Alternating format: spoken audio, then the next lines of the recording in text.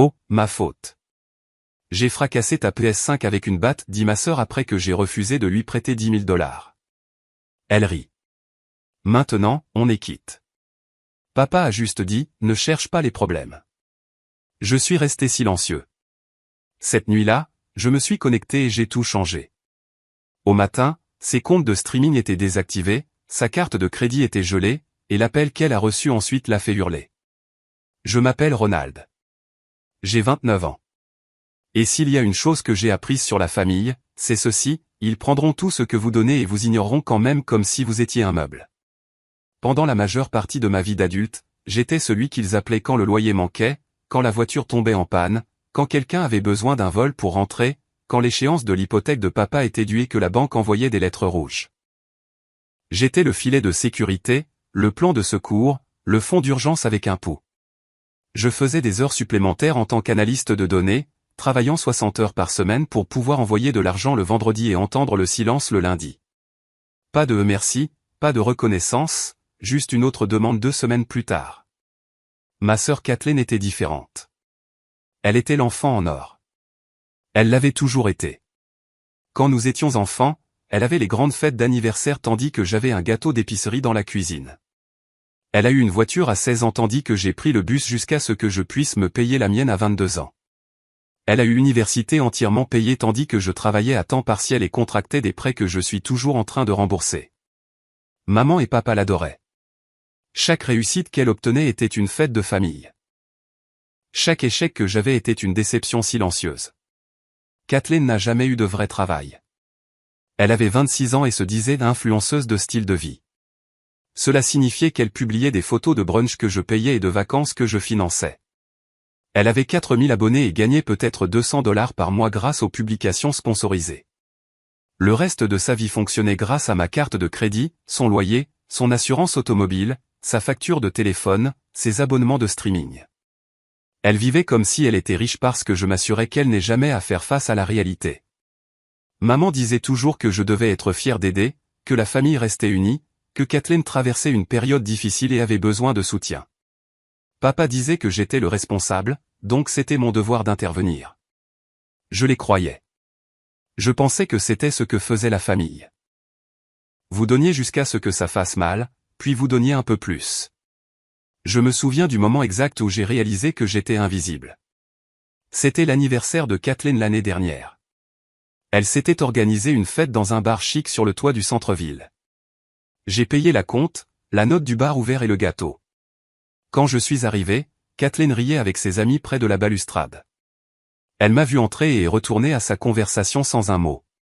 Je suis resté là, tenant un sac cadeau, attendant qu'elle me reconnaisse. Elle ne l'a jamais fait. 1 heure plus tard, elle a posté des photos avec la légende, reconnaissante pour les meilleurs amis et la famille qui ont rendu cette soirée parfaite. Je n'étais sur aucune photo. C'était la forme de ma vie. Je payais, je soutenais, je me présentais, et je disparaissais. Mais je continuais à le faire quand même parce que je pensais qu'un jour cela compterait. Qu'un jour il me verrait.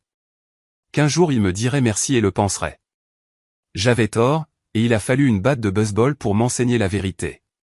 Le schéma a commencé quand j'avais 18 ans. Papa a perdu son emploi à l'usine de fabrication où il avait travaillé pendant 20 ans. Les indemnités de licenciement se sont épuisées rapidement, et soudain l'hypothèque était en difficulté. Maman travaillait à temps partiel dans un cabinet dentaire, mais ce n'était pas suffisant. Je commençais l'université, vivant à la maison, travaillant la nuit dans une épicerie. Quand papa m'a assis et m'a demandé si je pouvais aider avec les factures, j'ai dit oui sans hésiter. Je pensais que c'était temporaire.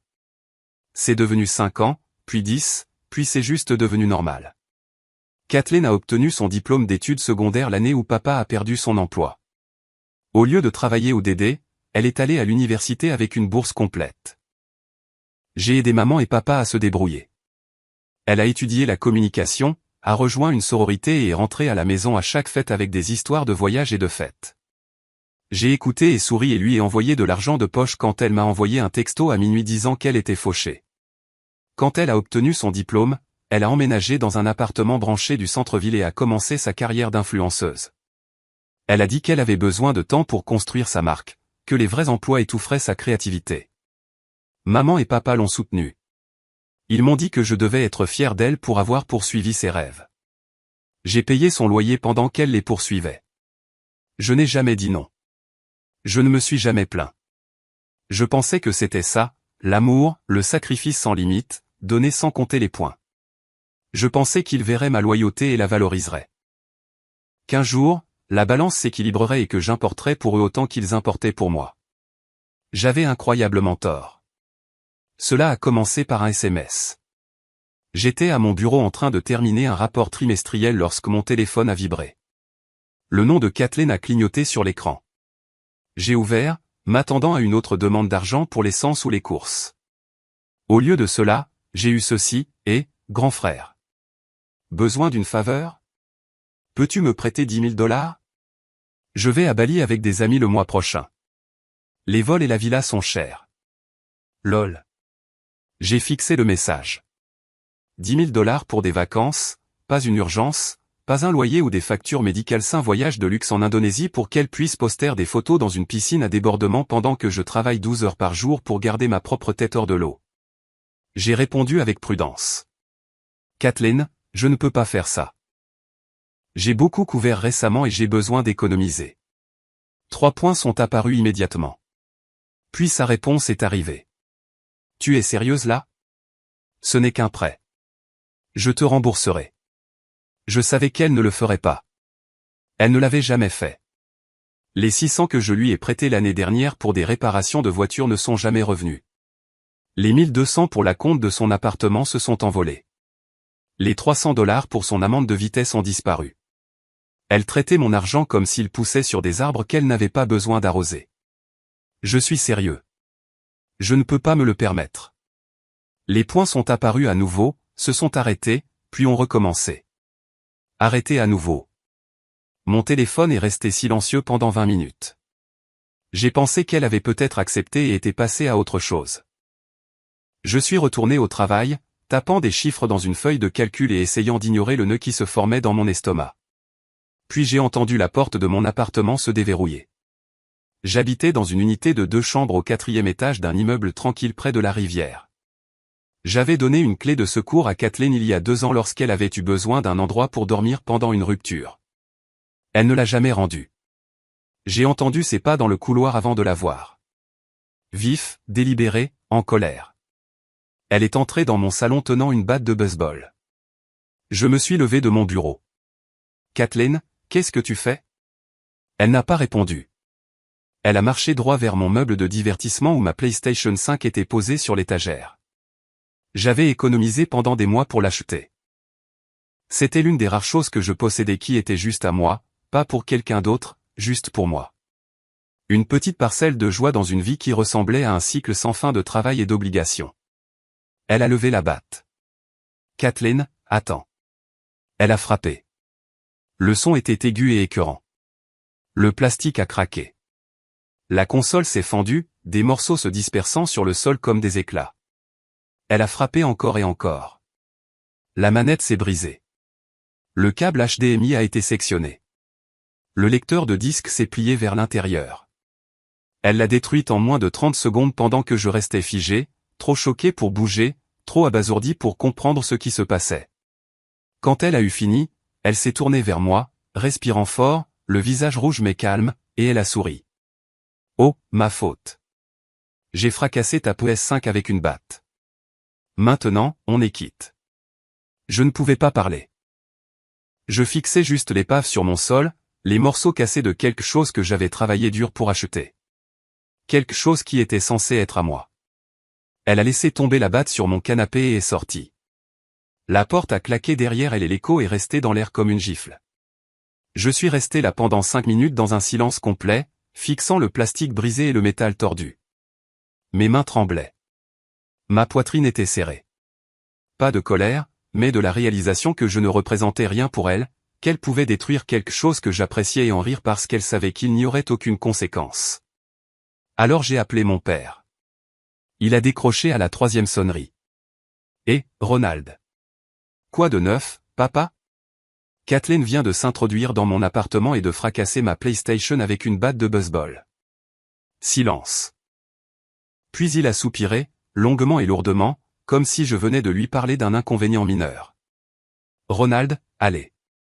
Ne cherche pas les problèmes. Tu sais comment elle devient quand elle est contrariée. Elle a détruit ma propriété parce que je ne voulais pas lui donner 10 000 $ pour des vacances. Écoute, elle traverse beaucoup en ce moment. Laisse tomber. La famille ne garde pas rancune. Elle a commis du vandalisme. Papa, tu rends ça plus gros que ce que c'est. Parle-lui plus tard quand elle se calmera. Elle ne le pensait probablement pas. Elle m'a regardé dans les yeux et a dit, on est quitte. Ronald, je n'ai pas le temps pour ça. J'ai mes propres problèmes. Laisse tomber. Il a raccroché. Je me suis assis sur mon canapé à côté de la batte de baseball et j'ai regardé le désordre sur mon sol. Ma poitrine était vide. Mes mains tremblaient toujours. Plus de colère. De la réalisation que rien de ce que je faisais n'aurait jamais d'importance pour eux. Kathleen pouvait détruire mes affaires, et papa me disait de ne pas chercher les problèmes. Elle pouvait prendre mon argent, m'ignorer à ses fêtes, me traiter comme un portefeuille avec des jambes, et j'étais censé sourire et continuer à donner. J'ai regardé mon ordinateur portable sur le bureau, puis mon téléphone, puis la console cassée. Quelque chose a basculé en moi. Quelque chose de froid, de définitif et de résolu. Cette nuit-là, je n'ai pas appelé Kathleen. Je ne me suis pas disputé avec papa. Je n'ai pas essayé d'expliquer ou de me défendre. Je me suis connecté à mon compte bancaire et j'ai commencé à faire une liste. J'étais assis à mon bureau, mon ordinateur portable ouvert et un bloc-notes à côté de moi. L'appartement était silencieux à l'exception du bourdonnement de mon réfrigérateur dans la cuisine et du léger bruit des lampadaires à l'extérieur. La ville semblait lointaine, comme si j'étais scellé dans une bulle tranquille où rien ne pouvait m'atteindre. J'ai fixé la feuille de calcul vierge sur mon écran et j'ai tapé un mot en gras, coupure. Puis j'ai commencé à lister tout ce que je payais.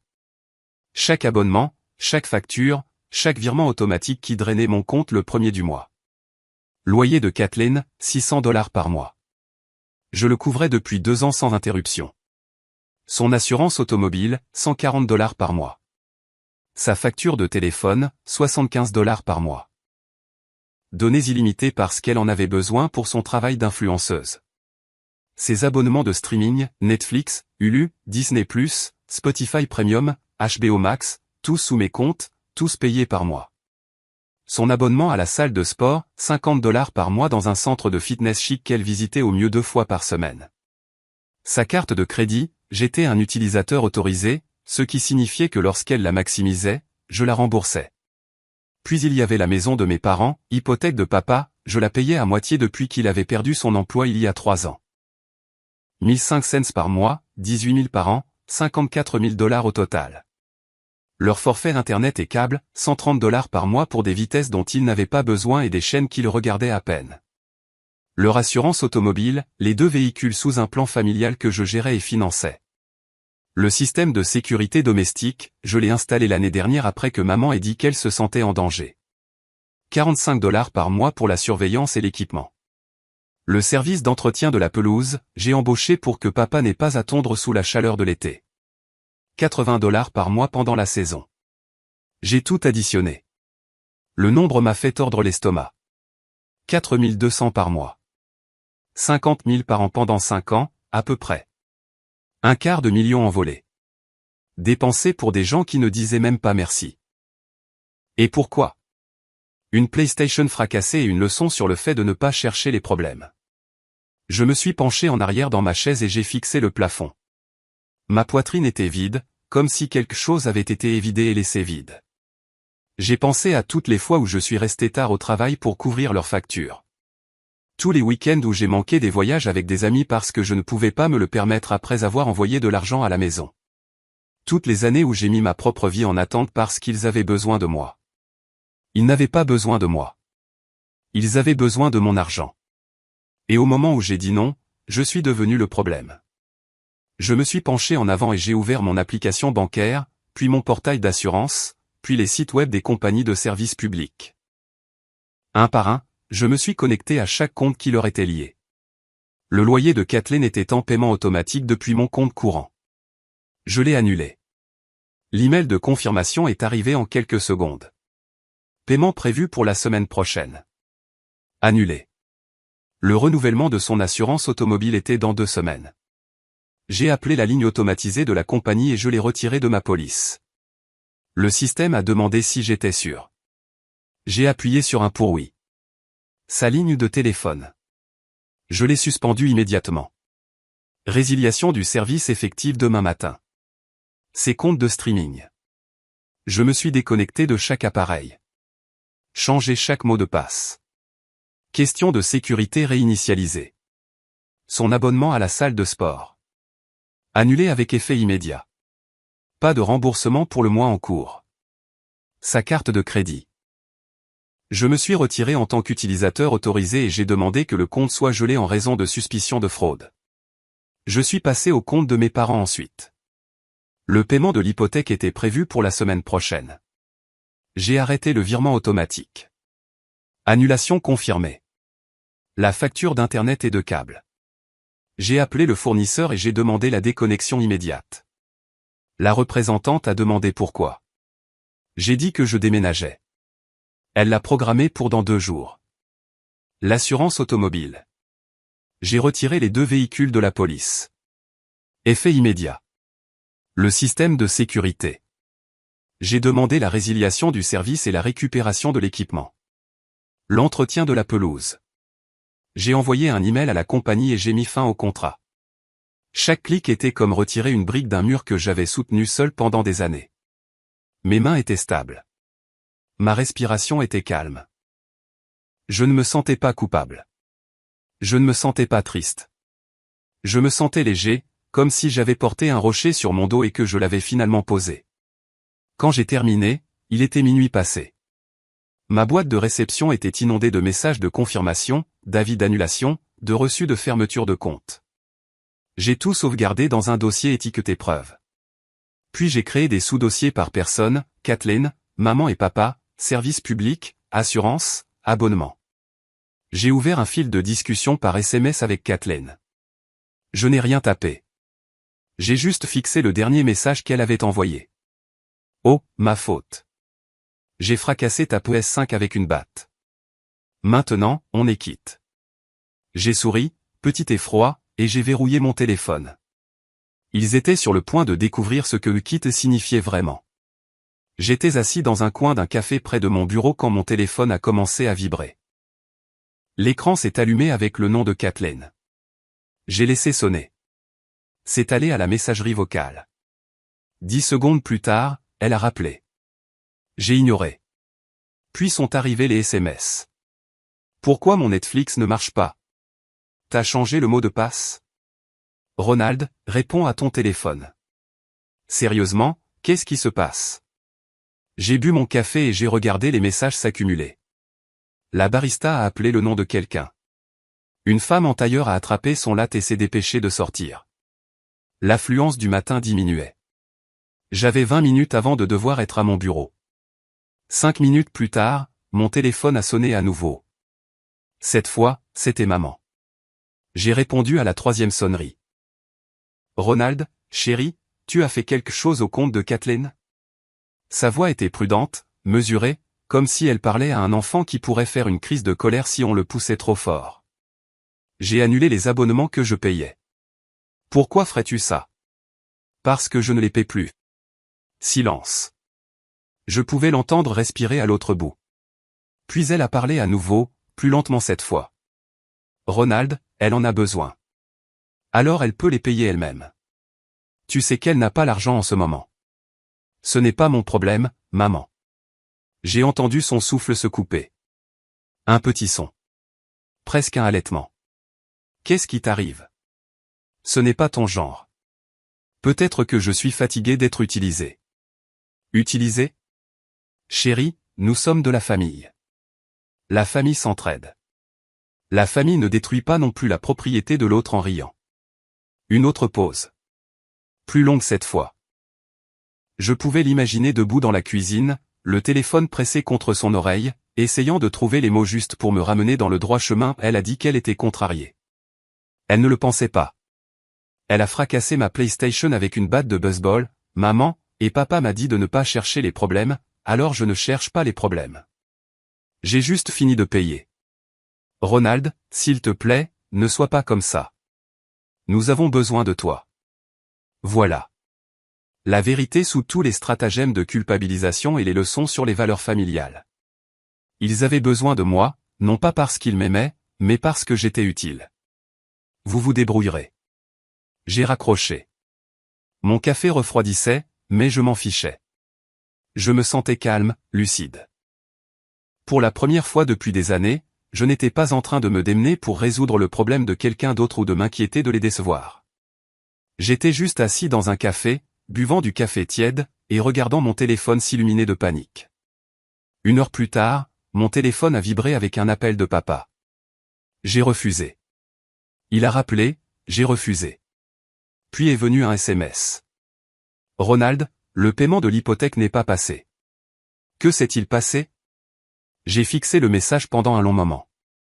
Puis j'ai répondu. J'ai arrêté le virement. Pourquoi? Parce que je ne le paie plus. Tu es sérieux? On va perdre la maison. Alors vous devriez effectuer le paiement. Je n'ai pas ce genre d'argent en ce moment. Tu le sais. Ce n'est pas mon problème. J'ai mis mon téléphone en silencieux et je l'ai glissé dans ma poche. Le reste de la journée s'est déroulé calmement. J'ai travaillé pendant le déjeuner, terminé mes rapports en avance et suis rentré chez moi. Quand j'ai vérifié mon téléphone ce soir-là, j'avais 23 appels manqués et 37 SMS. Kathleen paniquait. Son assurance automobile avait expiré, et elle avait été arrêtée cet après-midi pour un feu arrière cassé. L'officier lui avait dit qu'elle ne pouvait pas conduire sans couverture. Elle a dû laisser sa voiture sur le bord de la route et appeler une amie pour être raccompagnée. Ses messages étaient frénétiques, en majuscules, pleins de fautes de frappe. Maman me suppliait de reconsidérer. Elle disait que papa était stressé et que ce n'était pas bon pour son cœur, que j'aggravais les choses, que j'étais cruel. Papa était en colère. Il disait que j'étais égoïste et immature, que je punissais toute la famille à cause d'une seule dispute, que je tournais le dos aux gens qui m'avaient élevé. J'ai lu chaque message sans répondre. Puis j'ai ouvert mon ordinateur portable et j'ai vérifié les journaux d'activité des comptes. Kathleen avait essayé de se connecter au compte Netflix 4 fois. Le système bloquait chacune de ses tentatives et m'envoyait des alertes de sécurité. Maman avait appelé le fournisseur d'accès Internet pour demander pourquoi le service était déconnecté.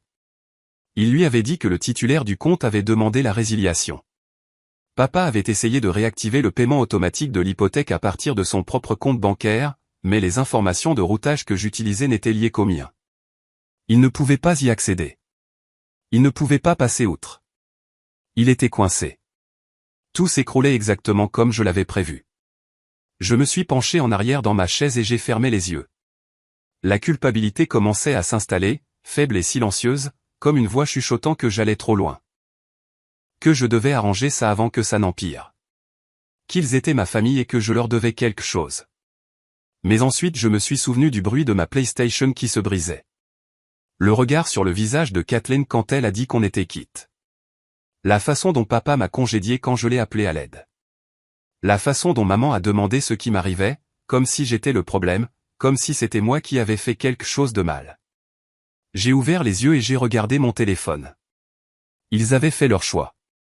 Maintenant, ils pouvaient vivre avec. Les appels n'ont pas cessé. Kathleen a essayé 16 fois le mardi. Maman a appelé 12 fois le mercredi. Papa laissait des messages vocaux qui commençaient calmement et se terminaient par des cris. Le jeudi, ils étaient passés au SMS de groupe, essayant de m'attirer dans une conversation où ils pourraient me coincer ensemble. Je n'ai répondu à rien de tout cela. Au lieu de cela, je suis allé au travail. J'ai terminé mes projets en avance. Je suis allé à la salle de sport pour la première fois depuis des mois. J'ai cuisiné au lieu de commander à emporter. J'ai regardé des films sur mon propre compte. Je vivais ma vie comme je le faisais depuis des années, sauf que maintenant je n'hémorragiais plus d'argent pour des gens qui ne se souciaient pas de moi. Le jeudi soir, quelqu'un a frappé à ma porte. J'ai regardé par le Judas et j'ai vu Kathleen debout dans le couloir. Ses bras étaient croisés. Sa mâchoire était serrée. Ses cheveux étaient tirés en une queue de cheval en désordre. Elle avait l'air fatiguée. J'ai déverrouillé la porte et je l'ai ouverte à moitié. Qu'est-ce que tu veux? Nous devons parler. Non, nous n'avons pas à le faire. Ronald, allez. C'est ridicule. Tu t'es introduite dans mon appartement et tu as détruit ma propriété. Ça, c'est ridicule. J'étais contrarié. J'ai surréagi. Je suis désolé. C'était la première fois qu'elle s'excusait pour quoi que ce soit depuis des années. J'ai presque ri. Bien. Excuse notée. J'ai commencé à fermer la porte. Elle l'a poussée et est entrée sans demander. Ronald, arrête. Écoute-moi juste une seconde. Sors, Kathleen. Je ne peux pas payer mon loyer. Je ne peux pas conduire ma voiture. Je ne peux même pas regarder la télé. Tu es en train de ruiner ma vie. Je ne te fais rien. Je ne paie juste plus pour ta vie. C'est la même chose. Non, ce n'est pas le cas. Elle m'a regardé fixement, son visage rouge de colère et de désespoir. Ses mains tremblaient légèrement. Je pouvais la voir essayer de se maîtriser, cherchant les mots justes pour me manipuler et me faire rentrer dans le rang. Pourquoi es-tu comme ça? J'ai dit que j'étais désolé. Parce que désolé ne répare rien. Tu n'as pas seulement cassé ma PlayStation. Tu m'as montré exactement ce que je suis pour toi, un porte-monnaie. Et à la seconde où j'ai arrêté de donner, tu m'as brisé pour me donner une leçon. Eh bien, je l'ai apprise. Et maintenant, je t'en donne une. Sa voix se brisa. Ronald, j'ai besoin d'aide. Alors trouve un travail. J'ai un travail. Publier des photos en ligne pour $200 par mois n'est pas un travail. Ce n'est pas à toi de décider. Tu as raison. Ce n'est pas à moi. Mais c'est à moi de décider où va mon argent. Et il ne t'ira plus. Elle fit un pas de plus, les yeux mouillés, mais toujours en colère, toujours provocante. Maman et papa paniquent. Le prêt hypothécaire n'a pas été accepté. Papa a appelé la banque, et ils ont dit qu'il était à 30 jours de la saisie s'il ne se mettait pas à jour. Ils vont perdre la maison. Alors ils devraient le payer. Ils ne peuvent pas. Ce n'est pas mon problème. Si, ça l'est. Tu le paies depuis des années. Tu ne peux pas simplement arrêter. Si, je peux. Regarde-moi faire. Elle resta là, respirant fort, les mains serrées en poing. Pendant un instant, j'ai cru qu'elle allait me frapper comme elle avait frappé ma PlayStation, mais au lieu de cela, elle se tourna et marcha vers la porte. Elle s'arrêta, la main sur la poignée, et me regarda. Tu vas regretter ça. Je regrette déjà les 5 dernières années. Cela me semble être un progrès. Elle claqua la porte si fort que le chambranle trembla. Le bruit résonna dans mon appartement et s'évanouit dans le silence. Je verrouillai la porte derrière elle et restai là, écoutant ma propre respiration. Mes mains étaient stables. Ma poitrine était légère. Je n'avais plus peur d'elle. Je n'avais plus peur d'aucun d'entre eux. Ils avaient passé des années à me faire croire que je leur devais quelque chose. Que ma valeur se mesurait à ce que je pouvais donner. Que l'amour était transactionnel, et que je devais continuer à payer pour rester dans la famille. Mais je ne leur devais rien. Jamais. J'allais dans ma cuisine et me servis un verre d'eau. Mon téléphone était sur le comptoir, toujours illuminé par des messages. Je jetai un coup d'œil à l'écran. Le dernier SMS de papa disait « On t'a mieux élevé que ça ». Je pris mon téléphone et tapai finalement une réponse. Non. Vous m'avez élevé pour que je sois silencieux et commode. J'en ai fini avec les deux. J'appuyai sur envoyer et éteignis complètement mon téléphone. Pas de vibration, pas de notification, juste le silence. Pour la première fois d'aussi loin que je me souvienne, je me sentais libre. J'ai passé le samedi matin à mon bureau à organiser des dossiers, relevés bancaires, confirmation de paiement automatique, reçu d'annulation, capture d'écran de SMS, email de compagnies de services publics et d'assureurs. J'ai créé un dossier sur mon bureau intitulé « Compte famille » et j'ai trié tout par date, catégorie et personne. Il y avait quelque chose de profondément satisfaisant à tout voir exposé noir sur blanc, les années de paiement, les milliers de dollars, le cycle sans fin de demandes et de silence. Ce n'était pas seulement de l'argent, c'était une preuve. La preuve exacte de qui j'avais été pour eux et de ce qu'ils avaient pris. Je ne faisais plus cela par colère. Je le faisais parce que je voulais des preuves. S'ils essayaient de me manipuler plus tard, s'ils prétendaient que je les avais abandonnés ou s'ils déformaient l'histoire pour faire de moi le méchant, j'aurais des preuves, des horodatage, des montants, des numéros de confirmation, une piste écrite incontestable. J'étais à la moitié de l'organisation des documents hypothécaires lorsque mon téléphone vibra. C'était un numéro que je ne reconnaissais pas. Je répondis prudemment. Allô? Est-ce Ronald? Oui, c'est moi. C'est Anna de la First National Bank. J'appelle au sujet de la propriété au 4247 Maple Street. Nous voyons que votre paiement automatique a été refusé le mois dernier et que le compte est maintenant en retard de 30 jours. Je marquai une pause. Cette propriété n'est pas la mienne. Nos dossiers montrent que vous effectuez des paiements sur ce compte depuis plusieurs années. Nous avons supposé que vous étiez copropriétaire ou garant. J'aidais les propriétaires, mais je ne suis pas sur l'acte de propriété et je ne suis pas responsable du prêt. Je vois. Pouvez-vous fournir les coordonnées des principaux titulaires du compte? Je lui donnai le numéro de téléphone et l'email de mes parents. Elle me remercia poliment et raccrocha. 5 minutes plus tard, mon téléphone sonna à nouveau. Cette fois, c'était maman. Je la laissai sonner 2 fois avant de répondre. Ronald, la banque vient d'appeler. Ils ont dit que le paiement de la maison était en retard et qu'ils allaient entamer des procédures de saisie. Je sais. Ils ont dit que tu leur avais dit que tu ne paierais plus. C'est exact. Chérie, s'il te plaît. Nous ne pouvons pas nous le permettre seuls. Ton père n'a pas encore trouvé de travail stable, et mes heures ont été réduites le mois dernier. Alors vous devriez déménager dans plus petit. Nous vivons ici depuis 30 ans. C'est notre maison. Ce n'est pas mon problème. Ronald, ne fais pas ça. La tension artérielle de ton père monte en flèche. Le stress le tue. Le médecin a dit que s'il ne se calmait pas, il pourrait faire une crise cardiaque. Je fermai les yeux et m'appuyai contre ma chaise. Je pouvais l'imaginer debout dans la cuisine, serrant le téléphone, sa voix tremblante de désespoir. Une partie de moi voulait céder dire que j'aiderais juste une fois de plus, pour faire cesser la douleur. Mais ensuite, je me suis souvenu pourquoi je faisais cela. Maman, j'ai payé la moitié de votre prêt hypothécaire pendant 3 ans. J'ai couvert votre internet, votre câble, votre assurance automobile, l'entretien de votre pelouse, votre système de sécurité. J'ai envoyé de l'argent chaque fois que vous l'avez demandé sans poser de questions. Et quand Kathleen a détruit mes biens et que j'ai appelé papa à l'aide, il m'a dit de ne pas créer d'histoire. Alors je ne l'ai pas fait. J'ai juste arrêté de payer. Tu nous punis. Non, je me protège. De quoi? D'être utilisé.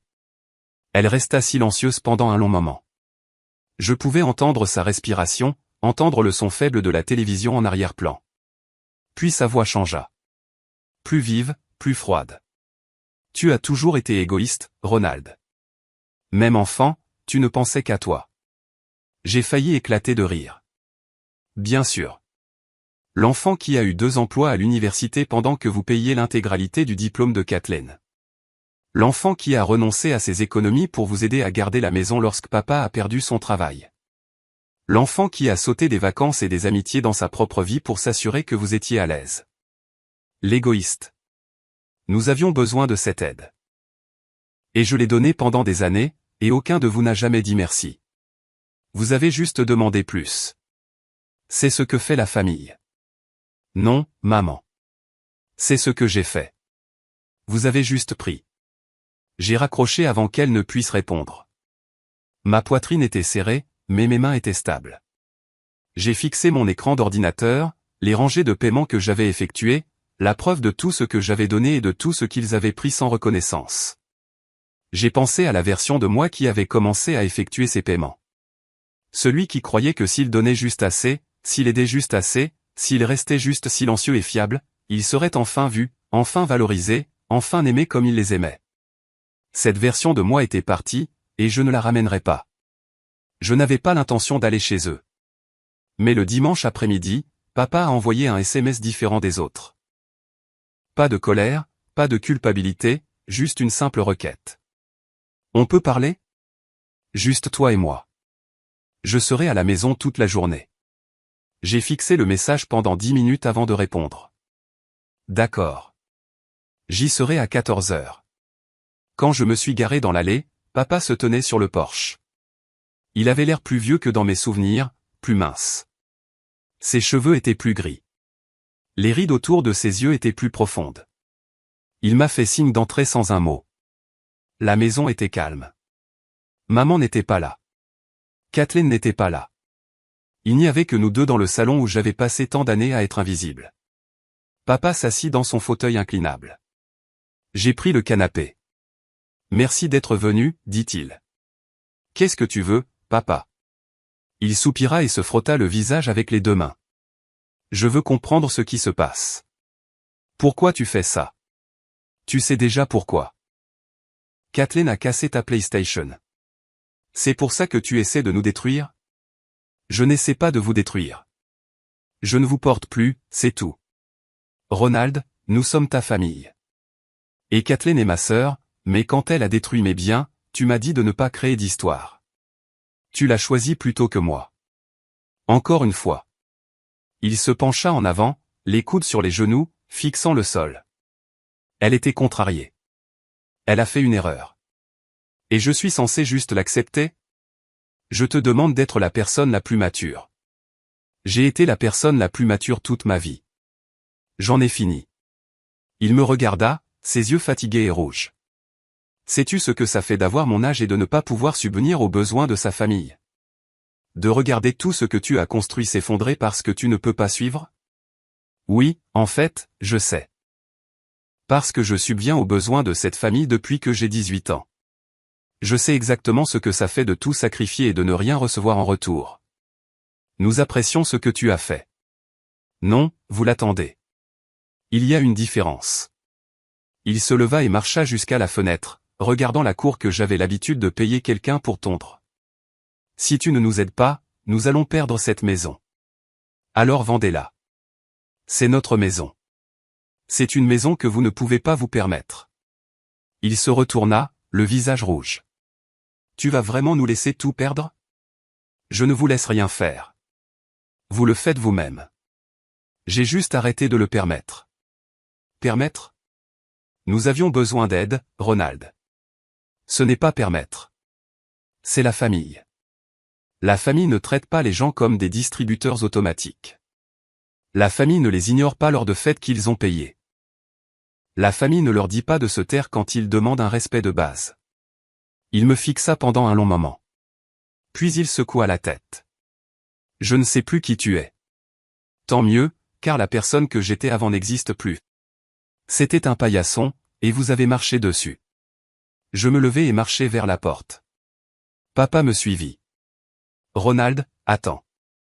Je m'arrêtai, la main sur la poignée. Quoi? Y a-t-il quelque chose que je puisse dire pour te faire changer d'avis?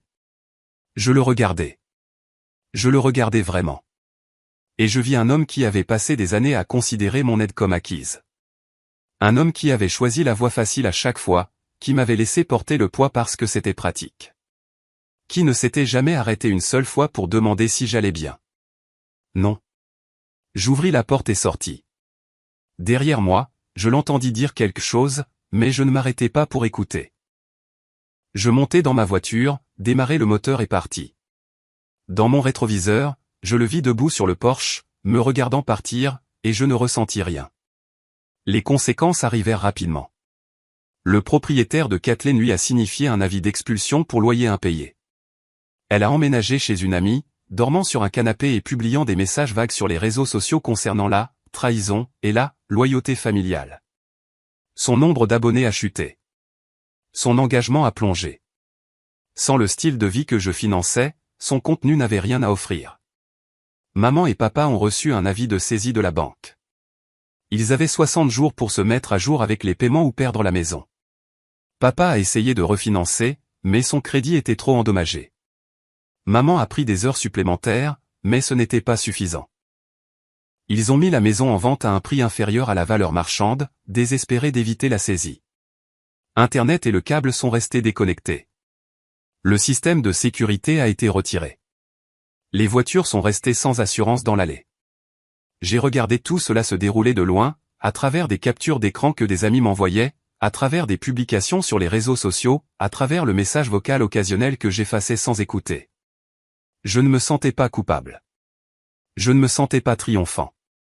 Je me sentais juste libre. Un soir, 2 semaines après ma conversation avec papa, j'ai reçu un SMS d'un numéro que je ne reconnaissais pas. « Salut, c'est Kathleen. On peut parler ?» J'ai fixé le message pendant longtemps. Puis j'ai répondu « Non. S'il te plaît. J'ai besoin de dire quelque chose. » Alors dis-le. 3 points sont apparus, ont disparu, sont réapparus. Puis un long message est arrivé. Je sais que j'ai fait une erreur. Je sais que j'ai été horrible avec toi. Je ne réalisais pas tout ce que tu faisais jusqu'à ce que tout s'arrête. Je pensais que l'argent apparaissait juste. Je ne pensais pas à d'où il venait ni à ce que tu avais abandonné pour nous aider. Je suis désolé. Vraiment. Je ne m'attends pas à ce que tu me pardonnes, mais je voulais que tu le saches. Je l'ai lu 2 fois. Puis j'ai posé mon téléphone et je suis allé dans ma cuisine. Je me suis servi un verre d'eau et je me suis tenu près de la fenêtre, regardant les lumières de la ville. Ces excuses ne changeaient rien. Elles ne réparaient pas les années passées à être invisibles. Elles ne réparaient pas la console cassée ni la confiance brisée. Elles n'effaçaient pas le fait qu'il lui ait fallu tout perdre pour me voir comme une personne. Mais c'était quelque chose. Une fissure dans le mur. Une petite reconnaissance que j'avais raison. J'ai pris mon téléphone et tapé une réponse. J'apprécie que tu dises ça, mais je ne reviendrai pas. Vous avez tous fait vos choix. Maintenant vivez avec. J'ai appuyé sur envoyer et bloqué le numéro. Le lendemain matin, je me suis réveillé avec un email de maman. L'objet disait « Veuillez lire ». Je l'ai ouvert. Ronald, je sais que tu es en colère. Je sais que nous t'avons manqué. Ton père et moi avons parlé, et nous réalisons maintenant à quel point nous t'avons tenu pour acquis. Nous t'avons traité comme si tu nous devais quelque chose, et c'était mal. Nous vendons la maison. Nous déménageons dans plus petit. Nous nous en sortons. Je ne te demande pas de revenir ou d'aider. Je veux juste que tu saches que nous te voyons maintenant. Nous voyons ce que tu as fait, et nous sommes désolés que cela ait pris si longtemps. Amour, maman. Je l'ai lu 3 fois. Puis j'ai fermé mon ordinateur portable. Il me voyait maintenant, après que tout se soit effondré. Après que je sois parti, après que j'ai cessé d'être utile. Mieux vaut tard que jamais, je suppose. Mais ça n'avait plus d'importance. J'avais passé trop d'années à attendre qu'il me voie. À attendre une validation qui n'est jamais venue. J'en avais fini d'attendre. Ce soir-là, je me suis assis sur mon balcon avec une bière et j'ai regardé la ville. L'air était frais. Le ciel était clair. Pour la première fois depuis des années, j'avais l'impression de pouvoir respirer. Mon téléphone a vibré avec une notification. Un ami me demandait si je voulais aller dîner la semaine prochaine. J'ai répondu oui. Un autre message est arrivé. Un collègue me demandait si je voulais rejoindre un groupe de randonnée le week-end. J'ai dit que j'y penserais. Je reconstruisais une vie, une vraie. Pas une vie centrée sur les besoins et les exigences des autres. Pas une vie où je disparaissais en arrière-plan pendant que tout le monde occupait le devant de la scène. J'ai pensé à la personne que j'étais. Celui qui croyait que l'amour signifiait un sacrifice sans fin. Celui qui pensait que la loyauté familiale était une voie à sens unique. Cette personne avait disparu. Et à sa place se trouvait quelqu'un de plus fort, quelqu'un qui connaissait sa valeur, quelqu'un qui refusait d'être invisible à nouveau. J'ai fini ma bière et suis rentré à l'intérieur. Demain, je me réveillerai et irai travailler. J'irai à la salle de sport. Je préparerai le dîner. Je vivrai ma vie selon mes propres termes. Et je ne regarderai jamais en arrière.